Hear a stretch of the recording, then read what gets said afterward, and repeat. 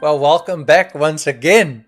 And I'm so happy that you are still sticking with your Word training. You are going to be such an expert in Microsoft Word. You are never going to fear that icon anymore when you open it up. You are going to know exactly what to do. And that's why we are here at Heartbeat Christian Academy to help you, to assist you, and to journey with you. And if you've joined us for the first time, let me just give you some information. This is the contact details. There is my email address and there is my cell number. If you need the notes of today's lecture, you are most welcome to ask that. And then also there's the banking details if you want to contribute and just support us. We are a non-profit company. You can support us. And we are busy with Microsoft Word, one of the, I would say, probably the most infamous and famous word processing application that's around in the market today. And we are already at lesson number 11. And that is on page 34 of the manual if you have a manual.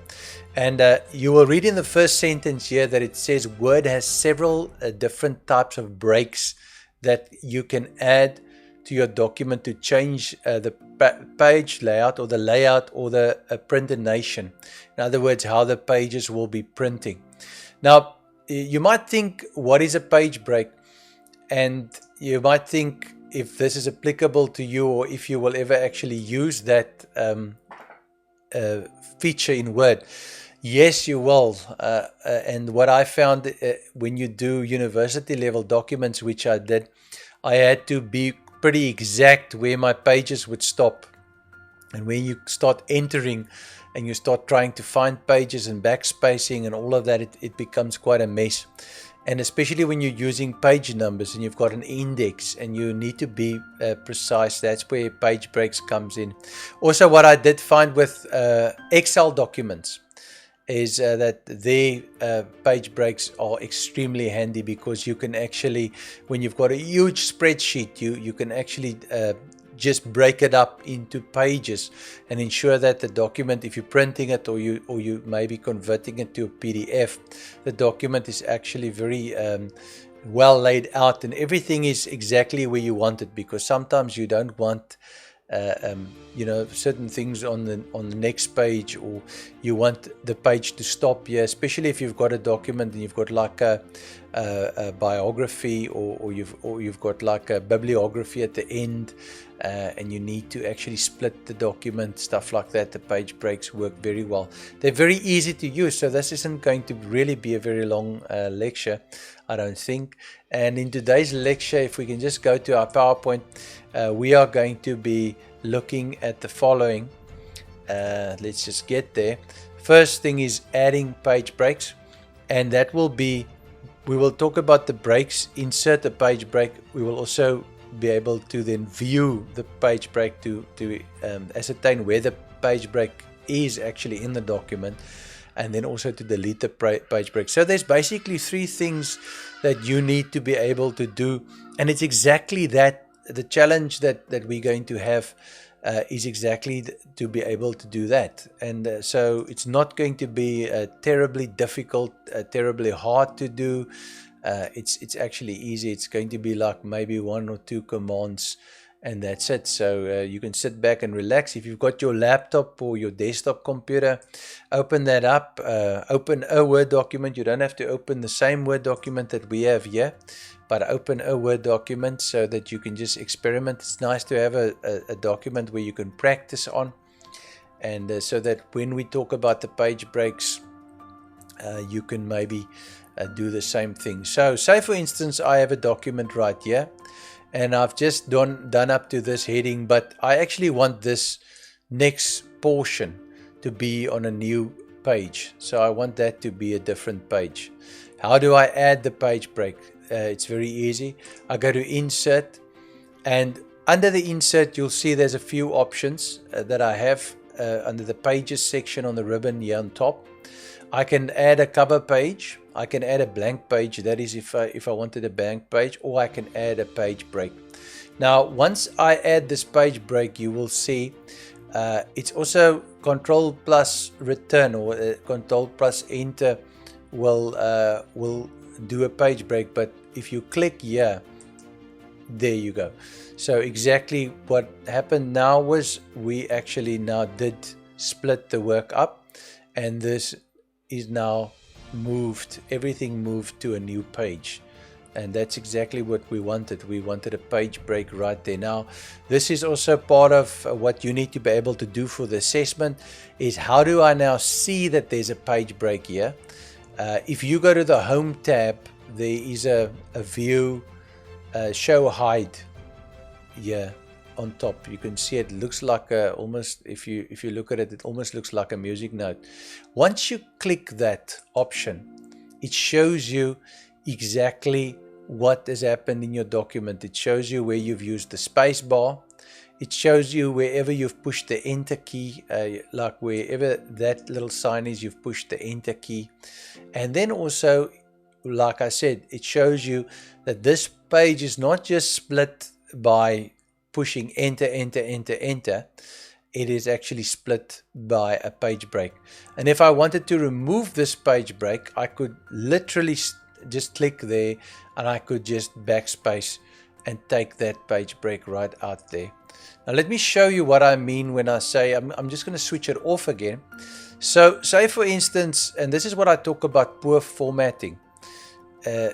If I enter, and then enter to the point where this jumps over on a new page. That is how a lot of people format their documents that don't know how to really format. But once I switch the view on here, the show hide on, I can see that I've got a lot of enter features there. And the fact is now I've entered all over the place, and there's a lot of times that I've pushed enter there. That can have implications on a lot of my formatting options.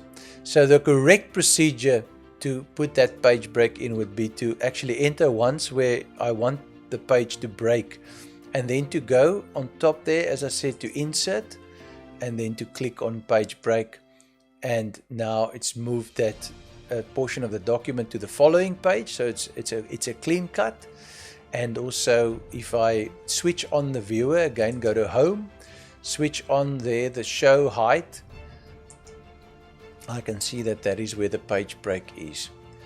So I don't think there's any much more I have to say about that. Under the insert, like I said, with Microsoft Office, what you find is a lot of the stuff has been placed logically, specifically so that they've tried to make it easier and easier and easier. You see, most people buy Microsoft Word, or they buy the Microsoft Suite, and then they just start working in Microsoft. So they don't really have any formal training. They've got nobody to train them, nobody to show them how to do things. So they have to figure things out, and that's why there's a lot of intuitivity in the program. It's intuitive, and also when you go to specific tabs, you're clicking on the tabs and the ribbon changes, you can see what options there are. And once you start hovering, it will start explaining to you what you are looking at and what that specific tab or icon does, which is very nice, because now you can start playing around with it. And that's what I'm saying basically all the time. There's no course on earth that will be able to train you totally and teach you everything you need to know of Word. There's no one course fits all. There's no course that has everything in that you need to know. And if you want to be a power user, which they call a power user, somebody who uses at least 70 to 80% of the features in the application. If you want to be a power user of Microsoft Word, Microsoft Excel, Microsoft PowerPoint, Microsoft Outlook, or any of the Microsoft Suite, or any other software for that matter, you will need to spend time working in the application, and you will need to see the applicability of that. So that's just sort of my little information that I wanted to give you. We spoke about page breaks, and now you should be able to create a page break somewhere in the document, wherever you click, wherever you select to do it.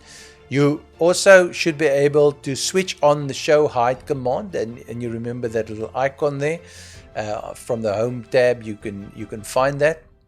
And then also you are able to delete the page break. As I showed you, once you've switched on the show hide and you've identified the page break, you can just click in front of it and backspace, or just delete it in any way that you want to. So that's been sort of a very short page break lesson.